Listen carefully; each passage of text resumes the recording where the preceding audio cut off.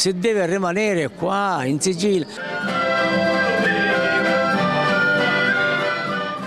Amadore Giuseppe. Signor Peppe, Pippo, come la chiamo? Amadore, mi chiamano Pippo Amadore. Pippo. Io sempre il Pippo Amadore del Galateo Martino sono. Ma ci racconti un po' come si festeggiava il Natale tanti e tanti anni fa, quando lei era piccolo? Quando ero piccolo c'erano sempre questi fuochi nei vari quartieri, in tutti i quartieri c'erano i fuochi, però li organizzavano sempre quelli del quartiere, mentre oggi la gente ne approfitta se non c'è il comune che provvede, in tutti i comuni, che porta la legna per fare questo. Non esiste più perché ognuno diventiamo tutti blasonati, ora siamo diventati un pochino, è vero?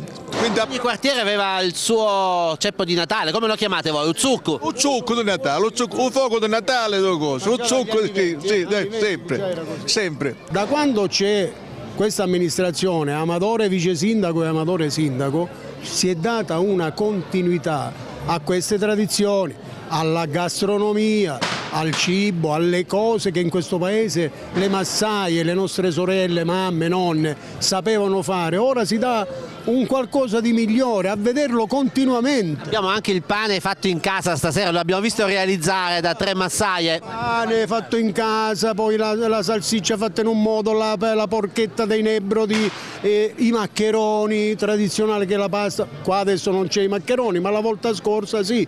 Quindi se le persone che stanno a casa, che stanno a Capodorlando, a Sant'Agata, sanno che sui Nebrodi ci sono paesi che organizzano queste cose, che ben vengano a vedere esattamente la naturalità delle cose di un tempo, che piacciono.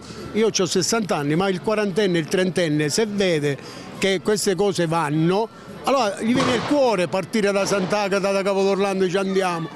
E qui c'è tutto. Abbiamo già tanti visitatori, ecco perché qui a Galati Mamertino, lo diciamo, si mangia bene. Si mangia bene, benissimo, e c'è da mangiare tutto genuino, tutto, il casareccio, tutto, la ricotta, i formaggi, i salami, quello c'è una cosa di tutto. Quello che c'è, tutta questa organizzazione che si organizzano dei ragazzi dalla gioventù trentenne, quarantenne, che vanno bene, benissimo, e fanno bene, perché la gioventù adesso, oggi come oggi, che se ne vanno tutti per fuori, come io ho i figli, o Leona, chiunque, tutti i figli che si deve rimanere qua in Sicilia, che ci vogliono dei lavori. Un zucco di Natale si accendeva solo nella vigilia di Natale o anche nei giorni seguenti? No, sempre il giorno di Natale. Il giorno di Natale festeggiamo zucco, ragazzina, 8 anni, 9 anni, con l'accetta. Io gli arrobavo l'accetta a mio papà, accetta.